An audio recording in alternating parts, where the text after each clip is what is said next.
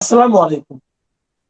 প্রিয় দর্শক, অন্য মঞ্চের আলোচনায় আজ আমাদের সঙ্গে অতিথি হিসেবে আছেন বাংলাদেশ নিয়ে ভারতের সাম্প্রতিক অবস্থান এবং বিশেষ করে পশ্চিমবঙ্গে বিজেপির ক্ষমতায় আসার প্রেক্ষিতে কঠোরতর অনুপ্রবেশ বিরোধী অবস্থান খুব শীঘ্রই একটি ফ্ল্যাশ পয়েন্টে পৌঁছে যাওয়ার সম্ভাবনা। ইসরায়েল যেভাবে গাজায় ব্যবস্থা নিয়েছে, বাংলাদেশে ভারতের ব্যবস্থা গ্রহণ সেই পথে হবে, এই বলে শুভেন্দু অধিকারী যে হুমকি দিয়েছেন সেটাকে কেবলমাত্র কথার কথা বা ফাঁকা বুলি হিসেবে ধরলে ভুল হবে বলে আমি মনে করি। পশ্চিমবঙ্গের রাজ্যবাসীর কাছে বাংলাদেশ থেকে মুসলিম অনুপ্রবেশ সমস্যা নিয়ে বিক্ষোভ একেবারে চূড়ান্ত জায়গায় পৌঁছেছে। সরকার সেদিকে নজর দিতে বাধ্য, আর এটা করতে গেলে দুদেশের সম্পর্ক চরমে পৌঁছতে পারে। বাড়তি উত্তেজনার কারণ বাংলাদেশের বিএনপি সরকারের চীন এবং পাকিস্তানের সঙ্গে ঘনিষ্ঠতা। এই প্রেক্ষিতে যুদ্ধের দামামা বাজছে কি না, কিংবা কতটা কাছে সেই দামামা চলে এসেছে, এই নিয়ে এখনকার প্রতিবেদন। নমস্কার, ক্যালকাটা ডায়ালগস থেকে মনোজ দাস বলছি। বাংলাদেশকে ঘিরে ভারতের সাম্প্রতিক অবস্থানকে এখন আর সাধারণ কূটনৈতিক অস্বস্তি বলে উড়িয়ে দেওয়ার সুযোগ নেই। পরিস্থিতি দ্রুত এমন এক পর্যায়ে যাচ্ছে যেখানে সীমান্ত, অনুপ্রবেশ, রাজনৈতিক ভাষ্য এবং আঞ্চলিক শক্তির সমীকরণ সব মিলিয়ে একটা সম্ভাব্য ফ্ল্যাশ পয়েন্ট তৈরি হচ্ছে। এই পরিবর্তনের সবচেয়ে বড় পটভূমি বর্তমানে পশ্চিমবঙ্গ। 2026 সালের বিধানসভা নির্বাচনে বিজেপি 207টি আসন জিতে সরকার গঠন করেছে, আর ইনফিল্ট্রেশন বা অনুপ্রবেশ ইস্যু বিশেষ করে সীমান্তবর্তী জেলাগুলোতে ছিল তাদের অন্যতম বড় নির্বাচনী ইস্যু। তার মানে খুবই পরিষ্কার, এই সরকার চাইলে হবে না।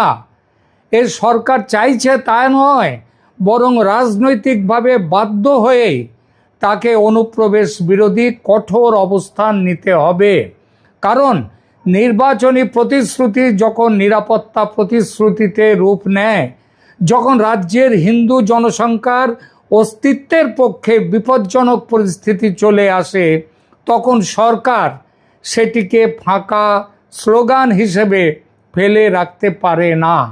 আর পশ্চিমবঙ্গে বিজেপির জন্য বাংলাদেশ সীমান্ত প্রশ্ন এখন শুধু প্রশাসনিক ইস্যু নয়, এটি তাদের ক্ষমতার নৈতিক ভিত্তির অংশ।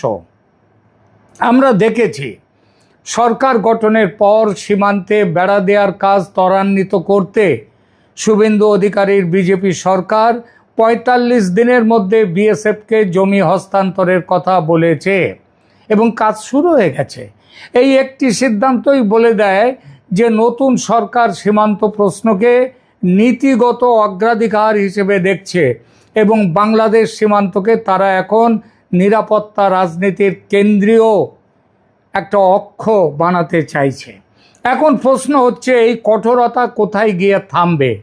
ভারতের পররাষ্ট্র মন্ত্রণালয় 7ই মের ব্রিফিংয়ে বলেছে তাদের দৃষ্টিতে অবৈধ বাংলাদেশিদের ফেরত পাঠানোর বিষয়টি ইল্লিগাল বাংলাদেশিজ রিপ্যাট্রিয়েশনের প্রশ্ন।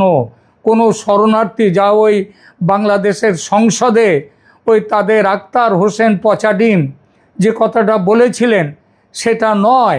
শরণার্থী নয়, এরা ইল্লিগাল বাংলাদেশি, ভারতে এসছে অবৈধভাবে, তাদেরকে ফেরত পাঠানো, এবং সেটা আইন প্রক্রিয়া এবং বিদ্যমান দ্বিপাক্ষিক ব্যবস্থার মধ্যে দিয়ে করা হবে, এ কথা বলেছে ভারতের পররাষ্ট্র দপ্তর 7ই মের প্রেস ব্রিফিংয়ে। একই ব্রিফিংয়ে যদিও ভারত আরও বলেছে, আইনি পথের কথা বলছি বটে, কিন্তু গত 5 বছর ধরে, অর্থাৎ শেখ হাসিনার আমলে পাঠানো 2860টির বেশি ন্যাশনালিটি ভেরিফিকেশন প্রশ্নের উত্তর আজও পাঠায়নি বাংলাদেশ সরকার। অর্থাৎ বাংলাদেশ সরকার মেনে নেয়নি যে এরা তাদের দেশের অধিবাসী। এখনও সেই প্রশ্ন বাংলাদেশের কাছে ঝুলে আছে। এই কথাটা কেন বলল ভারতের পররাষ্ট্র মন্ত্রক? কারণ ইঙ্গিত পরিষ্কার, যদি 5 বছর ধরে বাংলাদেশ ঝুলিয়ে রাখে এরকম মামলা, তাহলে আইনের পথে যাওয়া কথাটি অর্থহীন। তখন রাস্তা একটাই, অবৈধদের জোর করে ফেরত পাঠাও, পুশ ব্যাক করো, কিংবা পরিস্থিতি এমন তৈরি করো যাতে এই অবৈধরা নিজেরাই বাংলাদেশে পালাতে বাধ্য হয়। যেমন গোপনে এসেছিল তেমন গোপনে চলে যাক। অর্থাৎ দিল্লির সরকারি ভাষা আপাত দৃষ্টিতে প্রশাসনিক, কিন্তু তার রাজনৈতিক তাৎপর্য গভীর। কারণ যখন একটি রাষ্ট্র বলে যে অবৈধ অনুপ্রবেশকারীদের ফেরত পাঠানো হবে এবং সেটি দীর্ঘদিনের ঝুলে থাকা যাচাই প্রক্রিয়ার দোহাই দিয়ে বলা হয়, তখন বোঝা যায় রাষ্ট্র কেবল আইনি প্রক্রিয়ার মধ্যে থাকবে না, রাষ্ট্র বার্তা দিচ্ছে তাদের জোর করে পাঠানো হবে। আর সেই প্রস্তুতি নিচ্ছে ভারত সরকার ইতিমধ্যেই। এই জায়গায় পশ্চিমবঙ্গের বিজেপি সরকার এবং দিল্লির অবস্থান একে অপরকে শক্তিশালী করছে, যেটা মমতার আমলে ছিল না। কলকাতার রাজনৈতিক ভাষা বলছে সীমান্তে কড়াকড়ি চাই, দিল্লির কূটনৈতিক ভাষা বলছে এটা আইনি প্রত্যাবাসনের প্রশ্ন, তবে আইনি পথ যে বিলম্ব ঘটনার পথ সেটাও পরিষ্কার বলে দিচ্ছে। দুই ভাষার মধ্যে শব্দের পার্থক্য আছে, কিন্তু লক্ষ্যগত দূরত্ব খুব বেশি নেই। আর এখানেই শুভেন্দু অধিকারীর বক্তব্যকে হালকাভাবে নেওয়া ঠিক হবে না। একটি প্রতিবেদনে বলা হয়েছে তিনি বাংলাদেশকে গাজায় ইসরায়েল যেভাবে শিক্ষা দিয়েছে সেরকম শিক্ষা দেওয়ার মতো ভাষা ব্যবহার করেছেন। এই ধরনের বক্তব্যকে অনেকে হয়তো অতিরঞ্জিত রাজনৈতিক নাটক বলবেন, কিন্তু বাস্তবতা হলো এটি সীমান্ত রাজনীতিকে অবশ্যম্ভাবী সামরিক হস্তক্ষেপের দিকে ঠেলে দিচ্ছে। অবশ্য এটাও মনে রাখা জরুরি যে ভারতের সংবিধান অনুযায়ী প্রতিরক্ষা, যুদ্ধ, আন্তর্জাতিক সম্পর্ক এবং সশস্ত্র বাহিনী সেগুলো কেন্দ্রীয় সরকারের অধীন। কোনো রাজ্য সরকার একা যুদ্ধ ঘোষণা করতে পারে না। সীমান্ত ব্যবস্থাপনাও কেন্দ্রীয় স্বরাষ্ট্র মন্ত্রণালয়ের আওতায় এবং বিএসএফ কেন্দ্রের নিয়ন্ত্রণাধীন বাহিনী।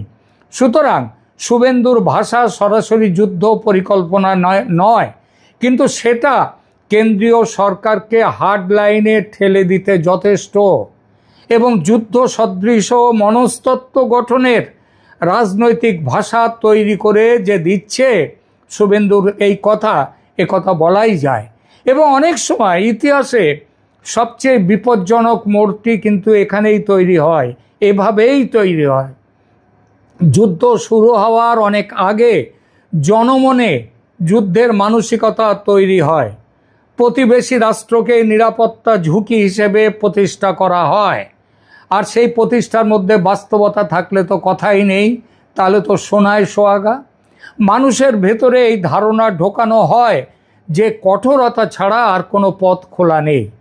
পশ্চিমবঙ্গের বর্তমান রাজনৈতিক আবহে বাংলাদেশকে ঘিরে ঠিক এই মনস্তাত্ত্বিক প্রস্তুতির উপাদানগুলো একে একে জমা হচ্ছে। আর বাংলাদেশের এক বড় রাজনৈতিক শ্রেণীর মানুষের তীব্র ভারত বিরোধী ও হিন্দু বিরোধী হুঙ্কার এবং বিএনপি সরকারের সেই হুঙ্কারে মৌন মদত দেয়া, এই ব্যাপারে ভারতের জনমনকে আরও বিদ্বেষপূর্ণ করে তুলছে বাংলাদেশের প্রতি। তবে এখানে একটি সতর্কতা দরকার। পশ্চিমবঙ্গের সব মানুষ যুদ্ধ চায় বা সবাই বাংলাদেশকে শিক্ষা দিতে প্রস্তুত, এভাবে বললে বিশ্লেষণ দুর্বল হয়ে যায়। তবে বলা যায় অন্তত এই নির্বাচনে বিজেপির এই দাবির সপক্ষে পশ্চিমবঙ্গের মানুষ যেভাবে বিজেপির পাশে এসে দাঁড়িয়েছে, তাতে বলা যায় অধিকাংশ মানুষ পশ্চিমবঙ্গের তারা বাংলাদেশকে শিক্ষা দিতে প্রস্তুত, যুদ্ধের জন্য প্রস্তুত। যদিও এই বিশ্লেষণ দুর্বল, তবু সঠিক কথা হলো অনুপ্রবেশ প্রশ্নে পশ্চিমবঙ্গের এবং ভারতের উদ্বেগ, ক্ষোভ ও পরিচয় ভিত্তিক রাজনীতি, অর্থাৎ ধর্মীয় পরিচয় ভিত্তিক রাজনীতি, এই তিনটিকে বিজেপি সফলভাবে বড়সড় একটা জন ইস্যুতে পরিণত করেছে। বিশেষ করে সীমান্ত ঘেঁষা আসনগুলোতে তো বটেই। এই রাজনৈতিক আবহই সরকারকে আরও কঠোর লাইনে যেতে উৎসাহিত করছে। বাংলাদেশের জন্য ঝুঁকি আরও বাড়ে যখন সীমান্ত প্রশ্নের সঙ্গে মতাদর্শগত উত্তেজনা যুক্ত হয়। ভারত আগেই বাংলাদেশে extremist religious and political rhetoric, অর্থাৎ ধর্মীয় এবং রাজনৈতিক, সেটা উগ্রপন্থী উস্কানিমূলক বক্তব্য এবং বাংলাদেশের সংখ্যালঘু হিন্দুদের, সংখ্যালঘু সম্প্রদায়ের নিরাপত্তা নিয়ে উদ্বেগ জানিয়েছে বারবার।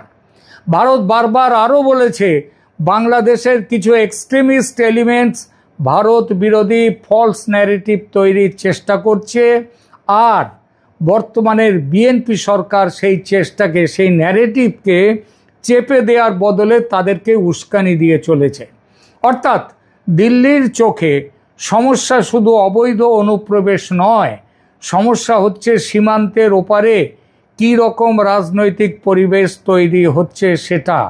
ভারতীয় নীতি নির্ধারকদের মধ্যে এই ধারণা আরও শক্তিশালী হচ্ছে দিন দিন যে বাংলাদেশে ভারত বিরোধী বক্তব্য বাড়ছে, হিন্দু বিরোধী মানসিকতা বাড়ছে, আর সেখানকার সরকার সেটিকে যথেষ্টভাবে নিয়ন্ত্রণ করতে পারছে না বা ইচ্ছা করেই করছে না।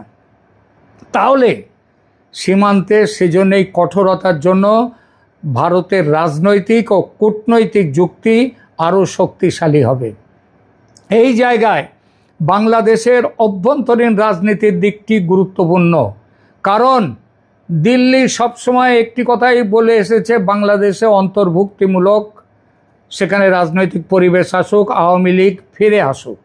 কিন্তু আওয়ামী লীগকে ফিরে আসা নয়, তাকে আরও বিসর্জন দেওয়ার ব্যবস্থা করেছে বিএনপি সরকার। দিল্লি সবসময় একটা প্রশ্ন করে, ঢাকায় যে শক্তিই থাকুক তারা ভারতের নিরাপত্তা স্বার্থ, সংখ্যালঘু নিরাপত্তা, সীমান্ত স্থিতিশীলতা এবং আঞ্চলিক ভারসাম্যের প্রশ্নে কতটা নির্ভরযোগ্য। এই নির্ভরযোগ্যতা আশা করে বিএনপির তারেক রহমানকে ভারত সমর্থন জানিয়েছিল। কিন্তু এখন যখন সেই নির্ভরযোগ্যতা নিয়ে সন্দেহ বাড়ছে, তখন সীমান্ত ইস্যু খুব দ্রুত বৃহত্তর ভূ রাজনৈতিক অবিশ্বাসে রূপ নিতে শুরু করে দিয়েছে। আর সেখানেই চীন ও পাকিস্তান প্রসঙ্গ আবার আলাদাভাবে সামনে আসে। আমি এটাকে চীন পাকিস্তান বাংলাদেশের জোট হিসেবে বলছি না, কিন্তু ভারতীয় কৌশলগত দৃষ্টিতে যদি বাংলাদেশকে এমন এক রাষ্ট্র হিসেবে দেখা শুরু হয় যে বেজিং আর ইসলামাবাদের সঙ্গে ঘনিষ্ঠ ভারসাম্য খুঁজছে, একই সঙ্গে দেশীয় পর্যায়ে ভারত বিরোধী আবহ নিয়ন্ত্রণ করতে পারছে না সেখানকার বাংলাদেশের সরকার, তাহলে দিল্লি বাংলাদেশকে কেবল প্রতিবেশী হিসেবে নয়, সম্ভাব্য কৌশলগত ঝুঁকি হিসেবে, এমনকি শত্রু হিসেবে দেখতে শুরু করবে, আর সেটা ইতিমধ্যে শুরু হয়ে গেছে। অনুপ্রবেশ প্রশ্ন আর একক ইমিগ্রেশন ইস্যু থাকবে না, সেটা তখন হবে জাতীয় নিরাপত্তা, সীমান্ত নিরাপত্তা এবং আঞ্চলিক প্রবাহের সম্মিলিত ফ্রেমে ঢুকে যাবে। এই কারণেই আমি বলবো, সামনে সবচেয়ে বড় আশঙ্কা আগামীকাল যুদ্ধ হবে এমনটা নয়, যুদ্ধ কালকেই শুরু হবে এমনটা নয়, বরং পরিস্থিতি কিন্তু যুদ্ধের দিকে ক্রমশই ঠেলে দিচ্ছে ভারতকে। সীমান্তে বেড়া দেয়া, অনুপ্রবেশকারীদের চিহ্নিত করা, তাদের ফেরত পাঠানোয় হার্ড লাইন অবলম্বন করা, দরকার হলে পুশব্যাক করো, পাল্টা কূটনৈতিক প্রতিবাদকে অস্বীকার করো, জনমত উত্তেজনা, রাজনৈতিক হুঁশিয়ারি, এই সবগুলো মিলে এমন এক অবস্থা তৈরি হচ্ছে যেখানে একটা ছোট ঘটনা দ্রুত বড় সংকটে রূপ নিতে পারে এবং সেই পথে এগোচ্ছে। সীমান্তে একটি মৃত্যু, একটি পুশব্যাক অভিযোগ, একটি উত্তেজক বক্তব্য বা একটি সাম্প্রদায়িক ঘটনার ভিডিও, এসবের যে কোনো একটি স্পার্ক বা ফুলকি হিসেবে, আগুনের ফুলকি হিসেবে কাজ করতে পারে। সবচেয়ে বড় ভুল হবে যদি কেউ মনে করে আরে এসব কথা তো শুধু কথার কথা বলেছেন শুভেন্দু অধিকারী কি ভারত সরকার। তাহলে যদি এরকম কেউ মনে করে তাহলে সেটা মস্ত ভুল। কারণ রাজনীতিতে কথা কখনো শুধুই কথা থাকে না, কথা জনমত তৈরি করে, কথা প্রশাসনিক পদক্ষেপের নৈতিকতা বানায়, কথা কূটনৈতিক সংঘাতের প্রস্তুতি নেয়। আর যখন ক্ষমতায় থাকা মানুষ কথার মাধ্যমে শত্রু, হুমকি, শিক্ষা, প্রতিশোধ মানে শিক্ষা দেয়া, প্রতিশোধ নেয়া, এই শব্দগুলোকে যখন স্বাভাবিক করে তোলে তখন সেই ভাষা একসময় নীতি হিসেবে রূপ নেয়। তাই শুভেন্দু অধিকারীর বক্তব্যকে ইসরায়েল যেমন করেছে গাজাকে তেমন করে দেওয়া হবে বাংলাদেশকে, এই কথাকে আক্ষরিক সামরিক নকশা হিসেবে দেখবেন না, বরং সেই নকশা হিসেবে না দেখে রাজনৈতিক সতর্কতা বার্তা হিসেবে দেখাই বেশি যুক্ত। কারণ তার পেছনে আছে নির্বাচনী ম্যান্ডেট, সীমান্ত উদ্বেগ, বিপুল সংখ্যক বাংলাদেশি অনুপ্রবেশকারীর ভারতে অবস্থান এবং তাদেরকে পুশব্যাক করার জন্য কঠোরতার ঘোষণা এবং এ ব্যাপারে দিল্লির ক্রমশ দৃঢ়তর অবস্থান। এই সব জিনিস একসঙ্গে থাকলে আগুন লাগার জন্যে সবসময় বিস্ফোরণের দরকার হয় না। অনেক সময় যথেষ্ট হয় শুধু একটি স্ফুলিঙ্গ, আর সেই আগুনের স্ফুলিঙ্গ বা ফুলকি কিন্তু উঠতে শুরু করেছে ভারত বাংলাদেশের মধ্যে। শুধু সেই স্ফুলিঙ্গটা বারুদের স্তূপে গিয়ে পড়ার অপেক্ষা মাত্র, তারপরেই বিস্ফোরণ ঘটবে। আমার মূল্যায়ন তাই খুব স্পষ্ট, বাংলাদেশ ভারত সম্পর্ক এখন এমন এক সন্ধিক্ষণে দাঁড়িয়ে আছে যেখানে সীমান্ত রাজনীতি, পরিচয়, ধর্মীয় পরিচয় রাজনীতি এবং ভূ রাজনীতি একে অপরকে খাওয়াচ্ছে। পশ্চিমবঙ্গে বিজেপি সরকারের কঠোর অনুপ্রবেশ বিরোধী অবস্থান, বাংলাদেশে ভারত বিরোধী উগ্র বক্তব্যের প্রসার এবং পারস্পরিক সন্দেহ, এই তিনটি যখন একসঙ্গেই বাড়ছে তখন ফ্ল্যাশ পয়েন্ট তৈরি হওয়া সময়ের ব্যাপার মাত্র। আর সেই ফ্ল্যাশ পয়েন্ট তৈরি হলে তা শুধু সীমান্তে উত্তেজনা নয়, দুই দেশের সম্পর্ককে যুদ্ধের দিকে ঠেলে দেবেই। তবে সেটা কালকেই যে হবে তা নয়, তবে দূরেও নয়, এগিয়ে আসছে, দ্রুত এগিয়ে আসছে। সাবধান হওয়ার দিন কিন্তু এসে গেছে।